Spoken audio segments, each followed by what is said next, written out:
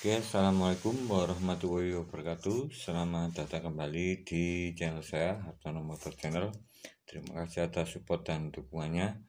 Dan sehat selalu buat teman-teman semuanya, pemirsa YouTube, sahabat YouTube semuanya. Terima kasih telah menyimak dan mengeklik video saya. Semoga bermanfaat, tips dan tentang modifikasi dari sebuah mesin motor. Oke teman-teman, di sini saya akan berbagi tips yang sangat bermanfaat bagi teman-teman semuanya tentang bagaimana cara untuk menaikkan tenaga dari motor kita, dan tentunya akselerasi atau kecepatan dari motor kita itu menjadi ringan dan motornya nyaman dikendarai. Oke teman-teman, di sini saya berbagi tips dari sahabat otomotif yang suka modifikasi. Kita bisa tahu kalau sahabat itu membuka dan membocorkan semua rahasia tentang modifikasi yang telah dilakukan. Di sini saya akan berbagi tips dan cara untuk melakukan sebuah modifikasi. Di depan saya ini ada sebuah komponen di dalam mesin. Ini yang baru mengenal atau mengetahui tentang masalah di mesin otomotif, mesin sepeda motor. Oke, ini bisa dilihat teman-teman, bentuk fisiknya seperti ini. Ini adalah klep. Oke, untuk klepnya ini sudah aus dan di ujungnya sini sudah siku sekali atau sudah tajam. Oke teman-teman, ini adalah klep dari sepeda motor Honda atau Supra, dan klep ini berfungsi di mesin, di motor. Semua motor itu yang 4 tak ini semua menggunakan klep. Ini berfungsi. Kebetulan di sini untuk klep dari motor Supra ini adalah ukuran atau klep yang masuk atau jurusan in atau jurusan ke karburator. Ini saya cuman ada satu ini karena kemarin yang aus atau rusak itu cuman bagian sini, bagian klep in yang jurusan ke karburator. Oke teman-teman, untuk fungsi dari alat ini untuk lebih mudah pemahamannya untuk video selanjutnya, ini berfungsi mengatur dari masuknya BBM, campuran BBM dan udara ke mesin. Dan untuk ukuran jenis klep yang in atau yang masuk jalur ke karburator ini lebih besar dibandingkan yang jalur ke knalpot. Ini untuk yang ke knalpot itu lebih kecil, sekitaran diameternya seperti ini, sekitaran segini ya untuk diameternya. Ini perbandingannya seperti itu untuk mengetahui ciri-ciri dari sebuah klep in dan klep out atau klep yang ke jurusan dari knalpot. Teman-teman, untuk selanjutnya di sini ada saya gambarkan dari sebuah rangkaian di mesin untuk mengetahui dari cara kerja alat ini atau fungsi alat ini. Oke, di sini ada penggerak pendukungnya yaitu sebuah noken as. Oke, seperti ini. Ini sudah aus, ini terjadi kerusakan karena sering kehabisan oli. Ini sudah aus segini, lumayan banyak. Kalau di bidang otomotif itu ukuran segini itu cukup berpengaruh sekali, karena di bidang otomotif itu adalah ukuran 1 mili dibagi 100 itu sangat penting sekali. Ini sering kehabisan oli dan merusak dari spare part lainnya. Dan untuk di sini adalah penggerak pendukungnya dari sebuah klep, cara kerja klep, dan ini adalah rocker arm atau pelatuk klep. Di sini saya berbagi tips yang baru mengenal otomotif, dan yang untuk yang sudah paham ini pasti tahu namanya adalah rocker arm, dan ini adalah noken as atau penggerak. Oke, di sini ada beberapa tonjolan. Oke, ini berfungsi saat sini kita gambarkan seperti ini. Untuk lebih mudahnya pemahamannya, karena di sini ada apernya teman. Seperti ini. Jadi saat kita gerakkan, mesinnya itu bergerak ke kiri berlawanan arah jarum jam kalau kita lihat dari kiri. Ini seperti ini. Ini menempel ke bawah sini. Ini. Dan jika putaran mesinnya itu bergerak maju, ini terdapat tonjolan, dan di sini ada asnya. Ini tertekan, dan di sini akan menekan dari klepnya ini. Jadi klepnya ini di dalam mesinnya terbuka. Saat klep ini terbuka, di dalam jurusan karburatornya, di karburatornya sini. Untuk karburatornya adalah cara kerjanya ini berfungsi untuk mencampur BBM atau bensin dengan udara menjadi kabut antara campuran BBM dan udara, sehingga saat klepnya ini membuka, saat ini klep ini membuka, campuran udara dan bahan bakar itu terhisap atau masuk ke dalam mesin, disedot oleh piston. Disedot oleh piston, dan saat ini noken asnya atau tonjolannya ini berada di bawah, ke posisi bawah lagi, dari atas ke bawah lagi, dan ini menutup, sehingga BBM campuran bahan bakar tadi yang masuk ke mesin kemudian didorong atau dimampatkan. Di sini ada sebuah piston atau seker seperti ini. Ini maaf, kondisinya sudah aus. Ini barangnya tidak baru semua. Ini sebagai simulasi. Saat piston ini atau seker ini berada di titik mati bawah, kemudian naik secara perlahan pada posisi di bawah, piston ini di bawah, ini masih membuka untuk klepnya, dan kemudian saat akan naik ke atas seperti ini, ini langsung menutup dari klepnya, sehingga campuran BBM dan udara ini dimampatkan atau dikompresikan saat klepnya ini menutup.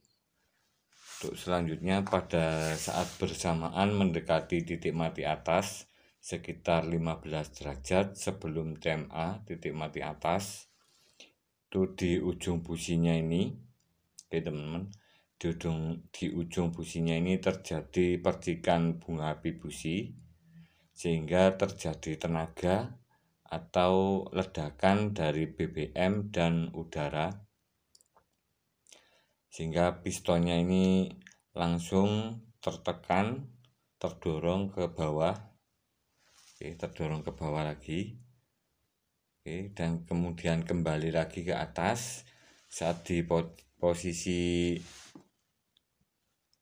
bawah ini BBM-nya itu terbakar, terjadi ledakan, dan sisa ledakan tadi, setelah terjadi ledakan kemudian pistonnya itu naik lagi, dan di sebelah sini ada klep out atau klep ke jurusan knalpot.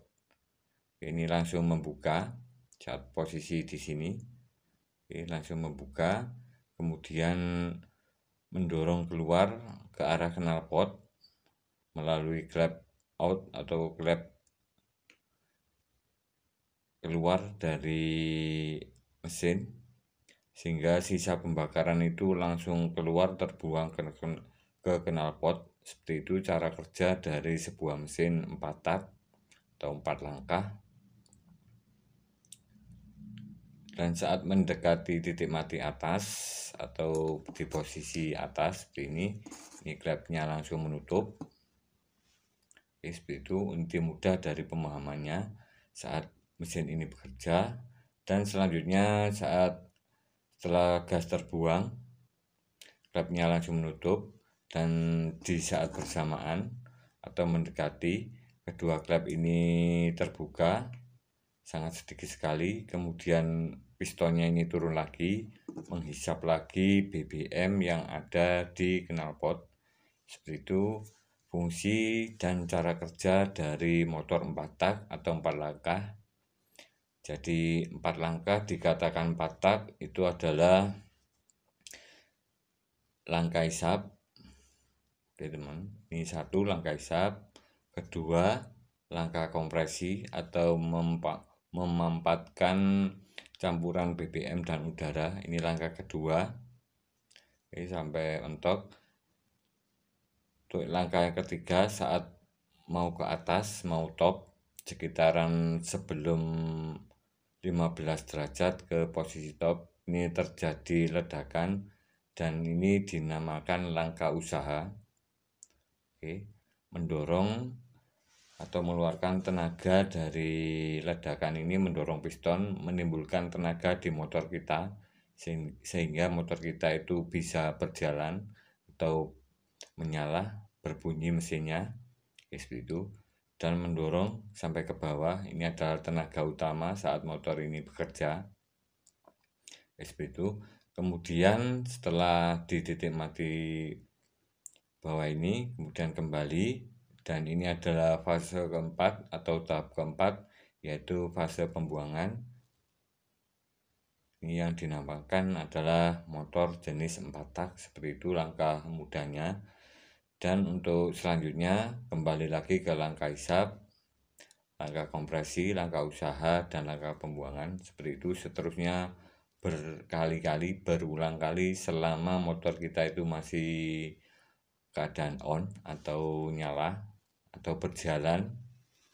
Oke, seperti itu teman-teman, untuk lebih mudah pemahamannya dalam sebuah kerja mesin saat kita jalankan atau kita pakai, ini sangat penting sekali untuk memahami sebuah cara kerja dari mesin motor 4 tak. Oke, seperti itu. Oke teman-teman, dan di sini saya akan berbagi tips tentang cara memodifikasi dari jalur klep. Kebetulan di sini saya tidak ada bahan atau barang dari silinder kop atau silinder head di dudukan klepnya ini. Oke, ini ada lubang seperti ini yang masuk ke mesin. Oke, dan langsung ke dalam sini. Di sini saya akan menggambarkan modifikasi supaya terjadi tenaga yang berlebih. Ini saya mendapat informasi dari sahabat saya, sahabat yang sering otak-atik di dunia otomotif atau memodifikasi dari sebuah tenaga motor itu lebih besar dari standar motor bawaannya. Oke, seperti ini. Di sini saya akan menggambarkan dari sebuah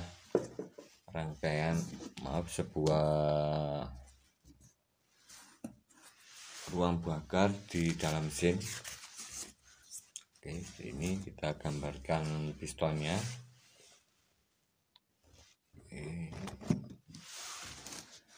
ini pistonnya atau sekernya teman.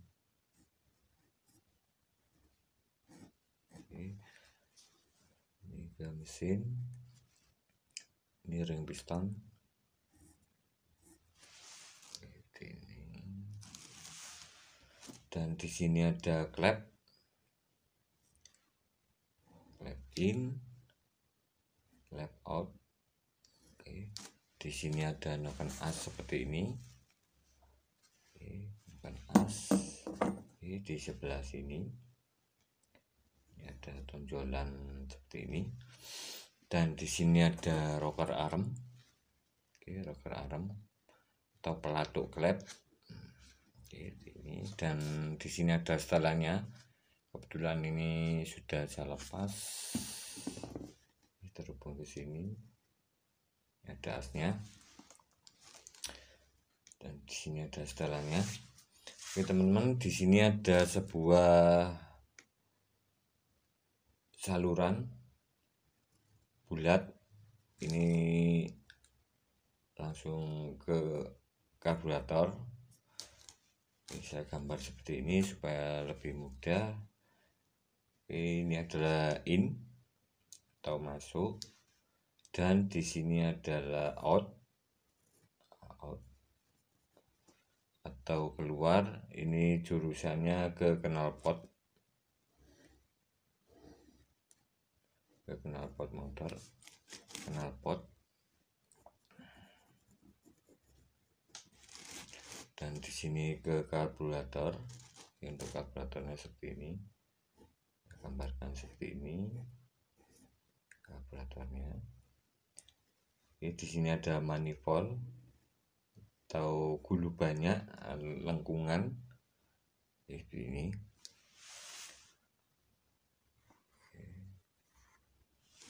Ini di dalam mesin. Ini di sini ada ruang bakarnya. Ini adalah bloknya, silinder blok. Di antara sini adalah silinder blok mesin. Dan di bagian sini yang depan ini adalah silinder head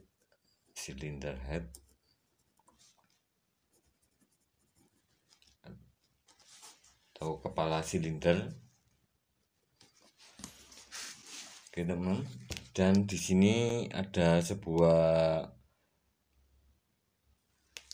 jalur atau ruang bulat, manifold atau ruang. Ini manifold jalur ke klep, jalur dari karburator ke klep. Ini ada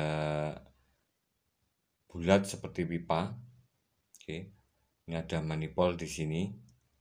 Untuk lebih mudah pemahamannya seperti itu. Atau input dari karburator ke klep. Ini ada lubang seperti ini.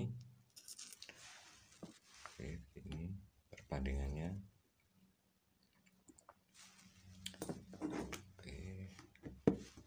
Dan di sini lubangnya itu bentuknya bulat seperti ini. Saya gambarkan di sini untuk di sini. Bulat seperti ini. Ini jurusannya ke klep, dan di klep sini, di dekatnya klep sini ada dudukan klep. Saya gambarkan juga ke sini untuk lebih mudah pemahamannya nanti saat kita modif. Dan di sini ada dudukan dari klepnya ini. Ini ada, kalau di sebelahnya sini, di sekitarnya sini, di sekitar silinder headnya yang sebelah sini, ini aluminium, dan di sini adalah besi. Ini adalah dudukan dari klepnya yang sini. Ini dinamakan seteng atau dudukan klep. Dan di sini ada bosnya yang tengah sini, bos klep. Ini adalah as dari rumah as klep ini. Di sebelah sini. Dan bentuknya saat kita lihat dari atas seperti ini, kita akan coba lihat dari samping teman, untuk melihat konstruksi atau bentuknya. Dari samping seperti ini. Ini agak miring ke sini. Ini klepnya. Ini klepnya, bos. Dan di sini ada setangnya atau bos klepnya. Ini ke mesin. Ini ke karburator. Dan di sini adalah hal yang paling penting teman, ini klepnya yang tadi yang sini. Oke. Nah, ini ada dudukan dari setengnya, dudukan besinya di sini. Ada setengnya, semoga kelihatan. Oke, di sini ada setengnya.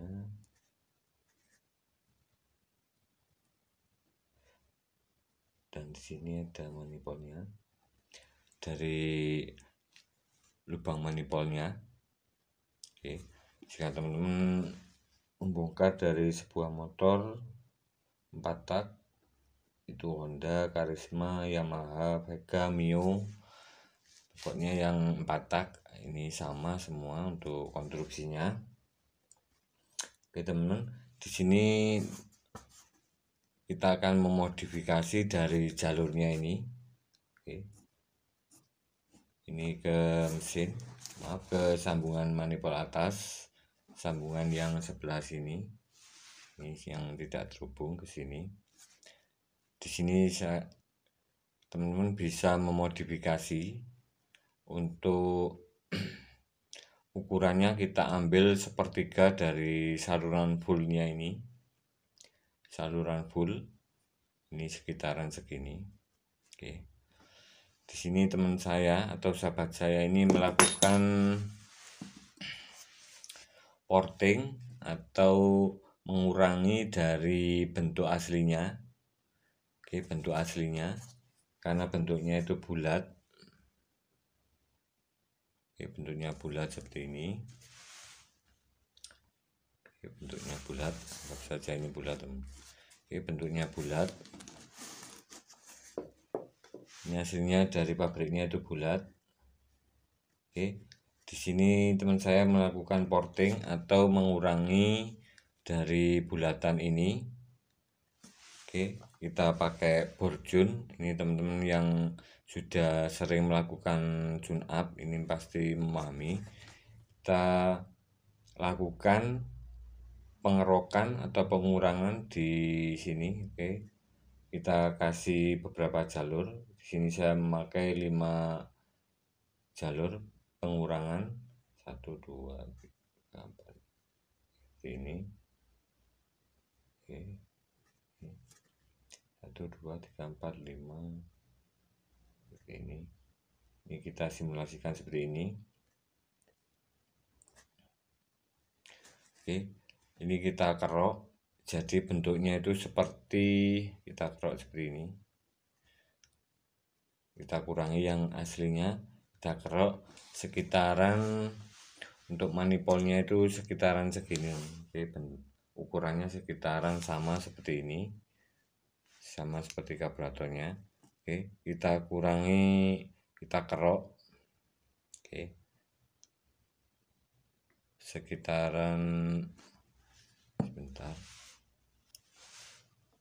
untuk di sini 1,9 diameternya, dan di klepnya sini, oke, kita lihat 2,3. Jadi saat kita kerok nanti di sebelah sini, oke, di sini kita samakan 2,3. Ini saat tadinya 1,9, ini kita ukur lagi, kita kerok diameternya sekitar sampai 2,3. Oke, sekitar segini. Oke, kita kerok seperti itu, kita kerok seperti ini. Oke, sekitaran segini. Oke. Dan kita buat itu secara, secara tidak lurus. Ini sesuai dengan arah angin atau membentuk pusaran seperti ini. Kita kerok seperti ini. Ini kita umpamakan lurus seperti ini, kita kerok seperti ini. Oke, secara melengkung, secara melengkung seperti ini. Ini memutar di seluruh bagiannya, seperti pusaran angin. Dan untuk nanti saat kita lakukan uji coba, teman-teman bisa menggunakan uap saat mau melihat hasilnya. Saat kita tiup dengan uap, melakukan tes, bisa menggunakan uap, kita tiup di arah manifolnya sini, kita tiup. Jika terjadi pusaran angin atau uapnya itu bergeraknya memutar atau timbul pusaran, itu berarti di area masuknya udara dan BBM nanti akan terjadi tekanan atau pusaran angin yang masuk ke ruang bakar ke sini, sehingga terjadi turbulensi atau perputaran angin yang sangat cepat dari biasanya, sehingga jumlah udara dan BBM yang masuk ke sini itu lebih cepat, lebih banyak, sehingga terjadi kompresi atau tekanan mesin yang lebih besar. Seperti itu inti dari modifikasi di bagian sini. Kita ambil sepertiga dari ukuran manifold di mesin. Kita ambil sepertiga sini, kita buat alur pusaran seperti ini. Seperti itu. Dan untuk melakukan porting seperti ini, teman-teman bisa menggunakan trik yang tidak diperhalus, agak kasar seperti itu. Informasi dari teman saya yang sudah melakukan trik ini, dan ini sudah berfungsi dan bekerja.